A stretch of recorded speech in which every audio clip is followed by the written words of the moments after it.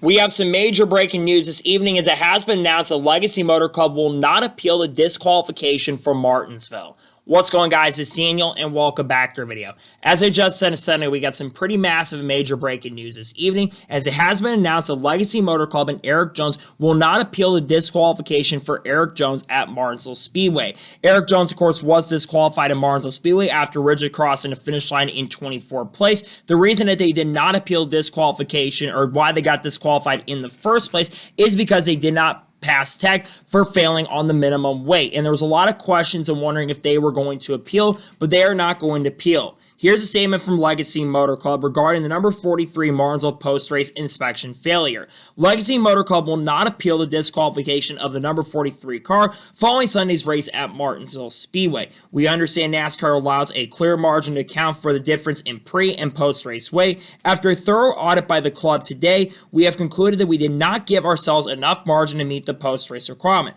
Although it was not intentional, we are taking steps internally to prevent this from happening again. We therefore accept the penalty and apologize to NASCAR, our partners, and our fans.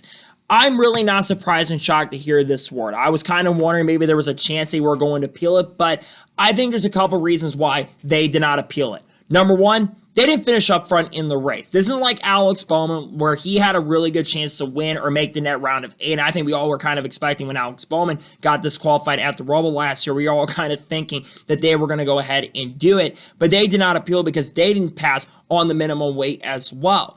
In this case and situation, Erik Jones crossed the line in 24th place. It wasn't like Erik Jones was up front. Maybe he got stage points. I don't remember if he got stage points or not in the race. So that might have been the only explanation for them going ahead and appeal in the first place. And I get 14 or 15 points is 14 or 15 points. But if you're not going up there and contending for the win, like Henderson Motorsports had done when, of course, they were able to win the race and pick up the victory originally, then, of course, they got disqualified at Daytona. I'm not really surprised or shocked by this. And I'm glad to see that they apologize for stuff like this because I don't think that they intentionally wanted to cheat. I mean, they were not that good in the race to begin with. Erik Jones struggled in this race and didn't have the overall pace and speed to contend for the win or the victory in any way, shape, or form. Legacy Motor Club from time to time this year has just not had the pace and speed to contend this year. And it's unfortunate to see them over the last couple of years have struggles. I think they've shown some flashes of points this year where they've had some good runs. I mean, Jimmy Johnson got a top 5 in the Daytona 500. And I think John Hunter and Erik Jones at times this year have qualified a lot better for the Legacy Motor Club team, which has prompted them to get some stage points, including, I believe, John Hunter, who got stage points at Martinsville and has had better runs in recent weeks, considering one point John Hunter was considered to lose this ride at one point at the end of last season. But, of course, John Hunter decided to stick around for another year.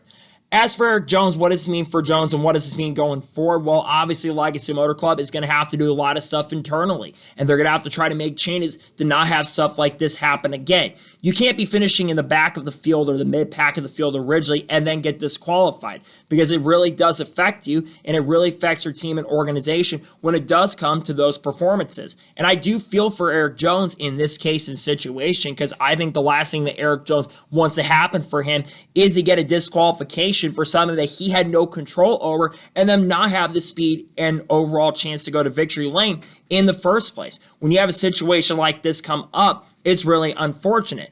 This obviously was a big disqualification ruling. This is about as big as one that Justin Haley had. I don't believe Justin Haley and his team appealed their disqualification from Circuit Americas. I believe it was the same thing in regards to minimum weight. So when it comes to minimum weight, unless you're going for the win, I don't expect other teams that do get disqualified for that kind of stuff to come into play. Yes, there's been some issues in regards to tech, and there's been some inconsistencies in regards to tech, but NASCAR has been very consistent when it comes to teching and all that stuff. So I think they got the ruling right here. And if Legacy is saying they got the ruling right here, then we gotta have to accept it, unfortunately. I do feel for Legacy Motor Club, and I do feel for Erik Jones because, like I said, Erik Jones, the last couple years at this organization and team, hasn't had the overall pace and speed to be a major factor in serious contender to go to win and go to victory lane. I mean, it's been a couple years. I remember 2022 when the 43 car was actually up front in the top 10 and top 5 on a very consistent basis. And now because of this situation,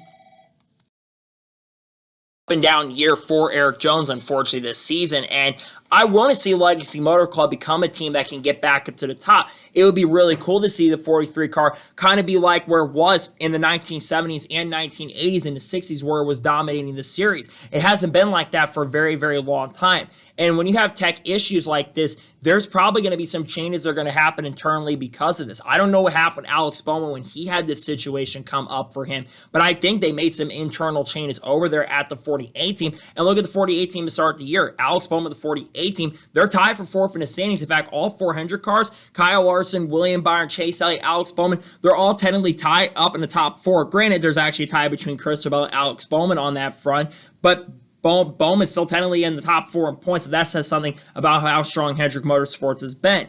As for Erik Jones and the situation, we know the contract for Erik Jones is through 2026.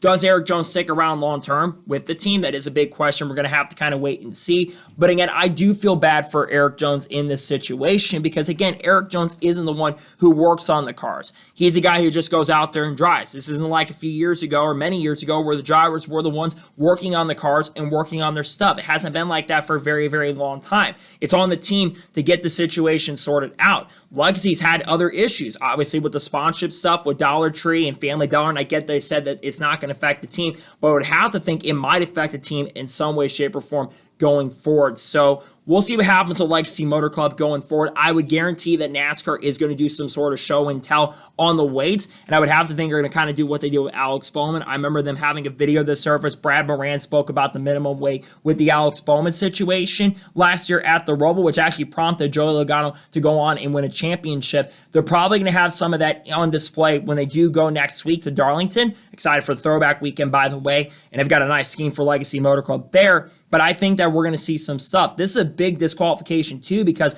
this was the second time we've seen Erik Jones disqualified. I believe back in 2019 at Richmond, Erik Jones got disqualified after crossing the finish line inside of the top 5. So I do feel for Erik Jones. I feel for the team, and I feel for the 43 team because it's been a very inconsistent year to start the year. And now you've got the disqualification that came into play. I'm not surprised or shocked to see that the team is not appealing the disqualification, in my honest opinion. So that is going to be today's special breaking news report on Legacy Motor Club not appealing the disqualification. I want to thank you guys for watching. Please subscribe to the channel, notifications on, so if I win a video, it does go live on my channel. Follow me Twitter, Facebook, and Instagram, and support me on Patreon as well. Let's go jump over that and comment your thoughts below on today's episode. You think Legacy Motor Club is making the right decision to not appeal the disqualification or not? Let me know your thoughts in the comments below. And what are your expectations for the remainder of this season for Legacy? Let me know your thoughts in the comments below.